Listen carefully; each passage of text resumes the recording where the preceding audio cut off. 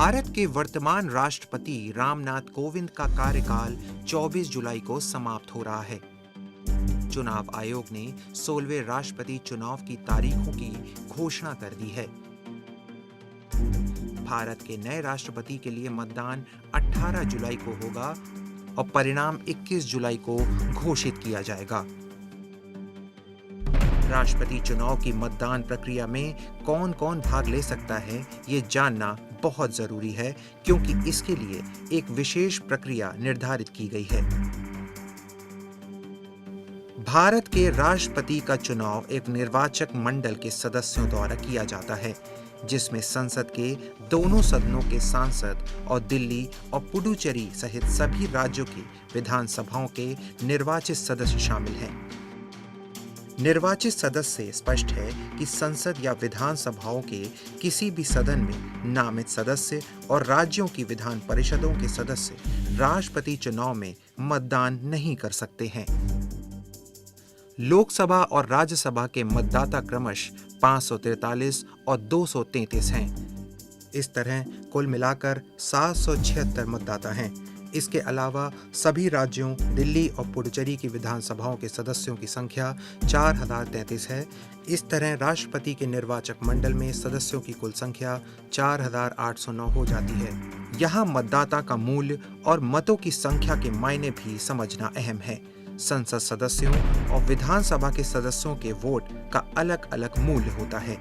एक सांसद के वोट का मूल्य 700 निर्धारित किया गया है। चूंकि चुनाव आयोग के अनुसार वोटों की कुल संख्या 5,43,200 है और सांसदों की संख्या 776 है, इसलिए प्रत्येक सांसद के वोट का मूल्य 700 है। एक विधायक के वोट का मूल्य उस राज्य के अनुसार अलग अलग होता है। विधायक का वोट मूल उसके राज्य की जनसंख्या और उस राज्य की विधानसभा की स्ट्रेंथ पर निर्भर करता है।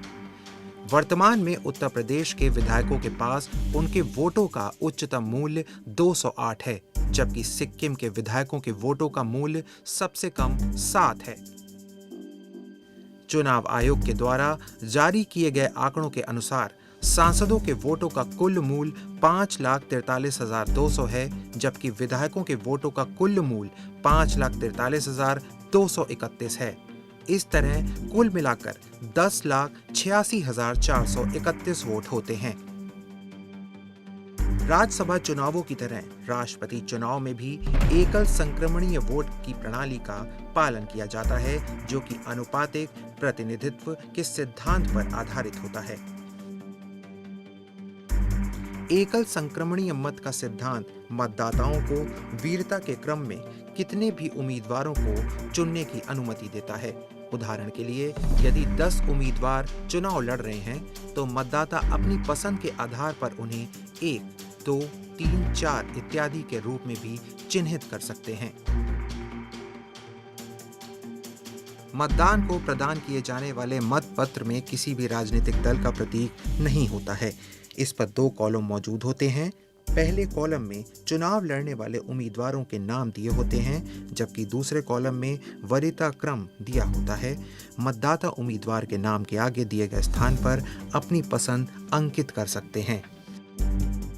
प्रथम वीरता के मतों की अधिकतम संख्या प्राप्त करने वाले उम्मीदवार को विजयी घोषित किया जाता है। चुनाव आयोग ने स्पष्ट किया है कि मतदाताओं को उस कलम का उपयोग करना होगा जो चुनाव आयोग द्वारा वीरता को चिन्हित करने के लिए प्रदान किया जाएगा। इसमें परिवर्तन मतदाता के मतपत्र को रद्द कर देगा। राष्ट्रपति पद के उम्मीदवारों को देश का प्रथम नागरिक का सम्मान पाने के लिए इसी पूरी प्रक्रिया से गुजरना पड़ता है। इस प्रक्रिया के बाद ही विजयी उम्मीदवार राष्ट्रपति भवन में अपनी जगह बना पाता है।